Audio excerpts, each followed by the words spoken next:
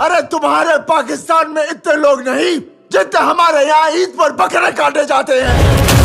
ሰላም ጤና ይስጥልኝ ቤተሰቦች። ቦርደርቱ የተሰኘው ፊልም ለእይታ እንደበቃ ቦክስ ኦፊስ ላይ በጣም አስገራሚ ጊዜ ገንዘብ እንደሰራ በጣም ብዙ መረጃዎችና ዜናዎች እየወጡ ነው ያሉት። የዚህ ፊልም ገቢ በጣም አስደንጋጭ ነው የሆነው። በአሁኑ ሰዓት ላይ በህንድ ውስጥ ብቻ አይደለም በዓለም አቀፍ ደረጃ በውጭ ሀገራት ላይም እየሰበሰበ ያለው ገንዘብ ከፍተኛ እንደሆነ እየተነገረ ነው ያለው። ይህ ክስተትም ቦክስ ኦፊስ ላይ በድጋሚ ያረጋገጠው ሶሊዶል እንግዲህ የቦሊውዱ አንበሳ የሚባለው ትናንትናም ነበረ ዛሬም መሆኑን በደንብ እያረጋገጠ ይሄድ ያለበት ሁኔታ ነው ተብሎ እየተመሰከረለት ነው ያለው። ምክንያቱም በ2025 በጣም ትልቅ ብላክበስተር የነበረው ዱረንደር የተሰኘው ፊልም ኦፕኒንግ ዴይ ላይ ከሰበሰበው ገንዘብ ራሱ የበለጠ ገንዘብ ቦርደርቱ ቦክስ ኦፊስ ላይ በመጀመሪያ ቀኑ መሰብሰቡ ተአምራስ ብለዋል። ስለዚህ ለዛሬ ቦክስ ኦፊስ ሪፖርት በሚለው ቪዲዮ ቦርደርቱ የተሰኘው ፊልም በመጀመሪያ ቀን ላይ ምን ያህል ሰርቷል ወይስ ምን ያህል ይሰራል ተብሎ እየተገመተ ነው እየተወራ ነው ያለው የሚለውን መረጃውን አቀብላችኋለሁ። በዛውም የፊልሙ በጀት ምን ያህል እንደሆነ በምን ያህል ስክሪን በዓለም አቀፍ ደረጃ ለእይታ በቅቷል፣ ሪከቨር ያደረገው ምን ያህልን በዓለም አቀፍ ደረጃ የመጀመሪያ ቀን ላይ ምን ያህል ሰብስቧል የሚለውን በዝርዝር አስረዳችኋለሁ። እኔ ወደ ቪዲዮ ገባለሁ። እናንተ ቪዲዮ ላይ ካርጋችሁ መጀመሪያ አትርሱ። በመጨረሻ ላይ ያላችሁን ሀሳብ አስተያየት በኮሜንት ገልጻላችሁ።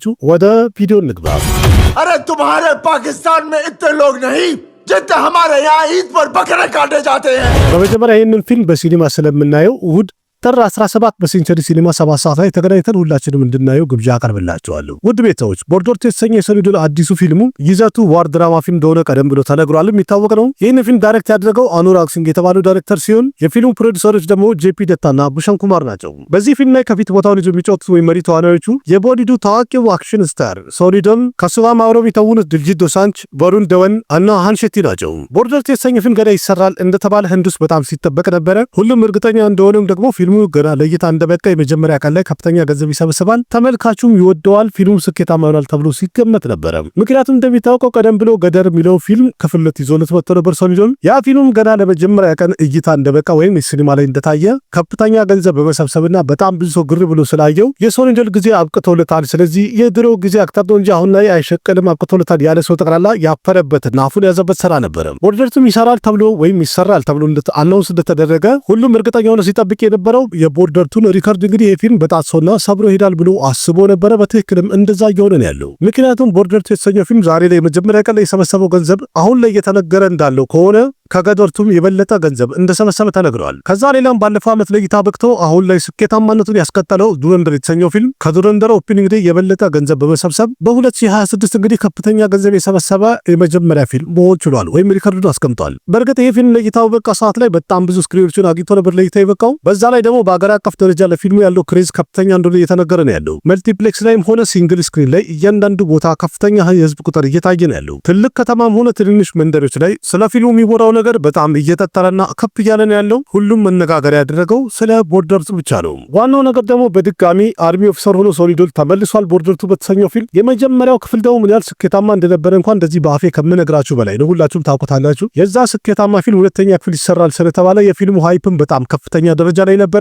የፊልሙ ትሬለርም ለእይታ በቃ ሰዓት ላይ የሶሊዶል ዳያሎግም ሆነ የፊልሙ ታሪክ ከና አክሽኑ በጣም ምርጥ ይሆናል ብሎ ተመልካቹ ተስፋ አድርጎና ጠብቆት ነበረ። ትናንትና ከትናንት ወዲያ ላይም ወይም ሁሉ ያለፉት ሁለት ቀናት ላይ ፊልሙ አድቫንስ ቡኪንግ እንደተከፈተ በጣም ከፍተኛ ገንዘብ እየሰራ እንዳለ እየተነገረ ነበረ። ዛሬ ላይ ደግሞ ፊልሙ ለሲኒማ እይታ በበቃ ሰዓት ላይ ወይም የመጀመሪያ ቀን ላይ ለሲኒማ እይታ ሲበቃ ተመልካቹ የጠዋት ተመልካች ዘጭ እንዳለ ተነግሯል። የከሰዓትና የረፋዱ እንዲሁም የማምሻ ቲኬቶችም ቡክ ማይ ሾው ላይ ተመልካቹ ቡክ እያደረገ እንዳለና በጣም በከፍተኛ ቁጥር እየተሸጠ እንዳለ እየተነገረ ነው ያለው። ለዛው ምንም አይነት ኮርፖሬት ቡኪንግ እንደሌለበት አረጋግጠናል የሚሉም ተሰምተዋል። እንደሚታወቀው ሰሞኑን የተለያዩ ፊልሞች በሚወጡ ሰዓት ላይ ፕሮዲውሰሮቹ ራሳቸው ይገዙና ትኬት ሊቆርጡና ማለት ነው ፊልሙ ይሄን ያህል ሰርቷል ለማስባል እንደሚሞክሩ ቀደም ብለን ብዙ ፊልሞች ላይ አይተን ነበረ። ግን አሁን ላይ ብዙዎቹ ትሬድ አላይንስቶች እየተናገሩ እየመሰከሩ እንዳሉት ከሆነ ኦርጋኒክ ነው። ምክንያቱም የሚታየው የህዝብ ቁጥርና የተሸጠው የትኬት በጣም ተመጣጣኝ ነው ብለው እየመሰከሩለት ነው ያለው። በእርግጥ የሶሊዶል ፊልም ለእይታ በቃ ሰዓት ላይ የገደርቱም እንኳን እናስታውሳለን በተለያየ መኪናና ባስ ጥቅጥቅ ብለው ወደ ሲኒማ ቤት ወደ ከተማ እየመጡ ለማየት የሚያደርጉትን ግርግርና ግፊት አይተን ነበረ። አሁን ላይም ልክ እንደዛ ቤተሰብ አንድ ላይ ነቅሉ ወጥቶ የአገር ጉዳይ ነውና ማየት አለብን ብሎ ለማየት ከፍተኛ ግርግር እየታየ እንዳለ እየተነገረና እየተመሰከረ ነው ያለው። ስለዚህ በአጠቃላይ ፊልሙ ምን ያህል ሰርቷል የሚለውን ከማየታችን በፊት እንደተለመደው የፊልሙ በጀትና ስክሪን ካውንት እናደርጋለን እና ሪከቨሪኑም ዘርዘር አድርጌ ያስረዳችኋለሁ። ሶኒ ፓጅ የሰራበት ቦርደርቱ የተሰኘው ፊልም በህንድ ውስጥ በአጠቃላይ 4800 ስክሪኖችን አግኝቶ ለእይታ ይበቃ ሲሆን በዚህም ደግሞ ይሄ ፊልም በሶሊዶል የሥራ ህይወት ውስጥ ከፍተኛ ስክሪኖችን አግኝቶ ለእይታ ይበቃ የመጀመሪያ ስራው ወይም የመጀመሪያ ፊልም ሊሆን ይችላል። ኦቨርሲ ማርኬት ላይም ከህንድ ውጭ ባሉት ሀገራት ላይ ጥሩ ስክሪን እንዳገኘ ተነግሯል። እስካሁን እንደተነገረው ከሆነ 1700 ስክሪን ስክሪኖችን አግኝቶ በውጭ ሀገራት ላይ ፊልሙ ለእይታ በቅተዋል ተብሏል። ማለትም ሁለቱ አንድ ላይ ሲደመር ቦርደርስ የተሰኘው ፊልም በዓለም አቀፍ ደረጃ 6500 ስክሪኖችን አግኝቶ ለሲኒማ እይታ በቅተዋል ማለት ነው። በዓለም አቀፍ ደረጃ ከዚህ ቀደም ብሎ በጣም ብዙ ስክሪኖችን አግኝቶ ለእይታ የበቃለት ፊልም ገደርቱ የተሰኘው ፊልም ነበረ። ያ ፊልም በዓለም አቀፍ ደረጃ 5000 ስክሪኖችን አካባቢ አግኝቶ ነበር ለእይታ የበቃው። ግን ቦርደርቱ የተሰኘው ፊልም ከዛም የበለጠ ስክሪኖችን አግኝቶ ለእይታ ስለበቃ የመጀመሪያው ከፍተኛ ስክሪን ያገኘ በዓለም አቀፍ ደረጃም ጭምር የመጀመሪያ ፊልሙ አስብሎታል። የፊልሙ በጀትም አሁን ላይ እንደተነገረው ከሆነ ፊልሙን ለመስራት የወጣው ወጪ 250 ከሮር እንደሆነ የተነገረ ሲሆን ከዛ ሌላ ደግሞ ለፊልሙ ማርኬቲንግ ወደ 25 ከሮር አካባቢ እንደወጣ ተነግሯል። ማለትም የፊልሙ በአጠቃላይ በጀቱ 275 ከሮር ወጥቶበታል ማለት ነው። በዶላር እንግዲህ ወደ 34 ሚሊዮን ዶላር አካባቢ ሲሆን በኢትዮጵያ ብር ደግሞ 4 ቢሊዮን ብር አካባቢ ወጥቶበታል ማለት ነው። ግን ደግሞ የፊልሙ ፕሮዲውሰሮች የሆኑት ጄፒ ደታና ቡሸን ኩማር ፊልሙ ለእይታ ከመብቃቱ በፊት ከ200 ከሮር በላይ ሪከቨር ማድረግ ችሎ ነበር። እንዴት ካላችሁ አንድ ባንድ ለማየት እንሞክር። ቦርደርስ የተሰኘው ፊልም በኦቲቲ ወይም በዲጂታል የሚታይበት ወይም ዲጂታል ራይቱ የተሸጠው 120 ከሮር ሲሆን የፊልሙ ቲቪ ላይ የሚታይበት ወይም ሳተላይት ራይቱን ደግሞ 70 ከሮር አካባቢ መሸጥ ችሏል። የፊልሙ የሙዚቃ ራይት ቢሆን ከፍተኛ ነው። ግን የፊልሙ ፕሮዲውሰር የሆነው ቡሸን ኩማር ረዳት ፕሮዲውሰሩ ማለት ነው ሲሪየስ ሚውዚክ ካምፓኒ ደግሞ የሱ ራሱ ነው። ስለዚህ ለፊልሙ ሚውዚክ ራይት ጄፒ ደታ ወይም ዋና ፕሮዲውሰሩ የደረሰው ግማሹ ነው ማለት ነው። 20 ከሮር መሸጥ ችሏል። ይህም ማለት ፊልሙ ለሲኒማ እይታ ከመብቃቱ በፊት ዲጂታል ሳተላይትና ሚውዚክ ራይት በመሸጥ ብቻ በአጠቃላይ 210 ከሮር ሪከቨር ማድረግ ችሏል ማለት ነው።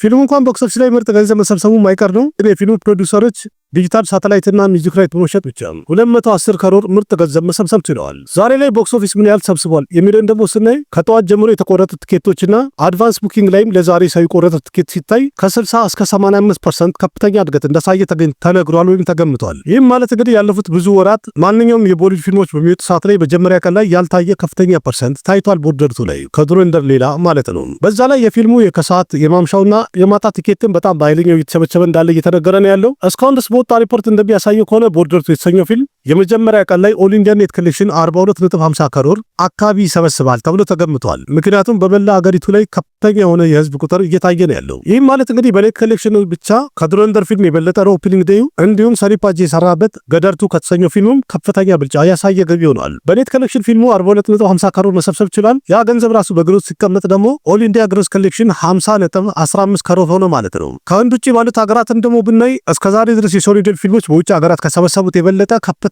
ገንዘብ ያስገባ ፊልም ቦርደርቱ ሊሆን ችሏል። ምክንያቱም እስከዛሬ ድረስ የሰራቸው ፊልሞች በውጭ ሀገራት ላይ ብዙም የተወደደ ወይም ተቀባይነት ያላቸው ፊልሞች አልነበሩ።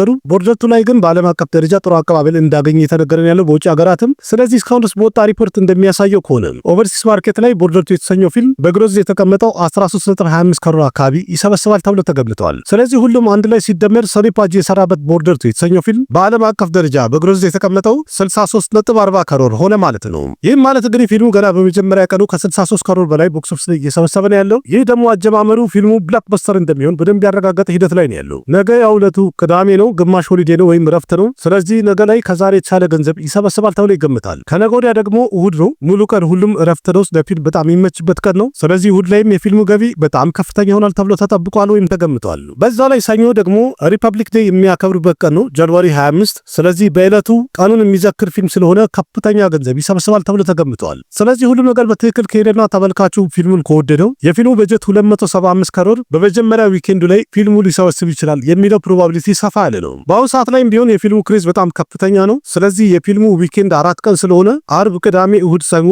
ስለዚህ በእነዚህ ቀናት ውስጥ ፊልሙ ቢያንስ እንኳን 200 ከሮር ሊያልፍ ይችላል ተብሎ ከአሁኑ እየተገመተ ነው ያለው። ስለዚህ በቀጣይ የሚታየው እንግዲህ ይህ ፊልም ልክ እንደ ገደርቱ በዓለም አቀፍ ደረጃ 700 ከሮር ያለፈ ገንዘብ ይሰበስባል ወይስ ደግሞ በአሁኑ ላይ ትሬንድ እንደሆነው ቦክስ ኦፊስ ላይ 1000 ከሮር ሰብስቦ ሊያስገርመን ይችላል? እናንተስ ምን ትላላችሁ? ሶሊዶል ቨሩን ደቨን ድልጂት ዶሳንችና አሃን ሸቲ የተወኑበት ቦርደርስ የተሰኘው ፊልም ላይፍ ታይም ውስጥ ጨርስ ቦክስ ኦፊስ ላይ ምን ያህል ይሰበስባል ትላላችሁ? ያላችሁን ግምትና አስተያየት ኮሜንት ላይ ጻፉልኝ። 700 ከሮር ላይ ይቆማል ወይስ 1000 ከሮር ያልፋል? ያላችሁን ሀሳብ አስተያየት ግምታችሁን ኮሜንት ላይ እንድትጽፉ ልጋብዛችሁ። በሂደት እንግዲህ ያለውን ቦክስ ኦፊስ ሪፖርት እየመጣሁኝ ልክ እንደዚህ ያቀብላችኋለሁ። ቪዲዮ ከተመቻችሁ ላይክ አድርጉ። ያላችሁን ሀሳብ አስተያየት ኮሜንት ላይ ጻፉ። ለጓደኞቻችሁም ሼር አድርጉ። ለቤት አዲስ ሆናችሁ ሰብስክራይብ በማድረግ ቤተሰብ ሁኑ። ከህንድ ሲኒማ ጋር የተያዙ በጣም ብዙ መረጃዎችን በዚህ ዩቲዩብ ቻናል አንዳንድ ያል ተራ በተራ እንቀባበላለን። አቅራቢያችሁ ቃሲም መካ ነበርኩኝ። በሌላ ቪዲዮ ድጋሚ እስከምንገናኝ ደህና ሁኑ። ባባይ ना जाने कैसा एहसास है बुझती नहीं है क्या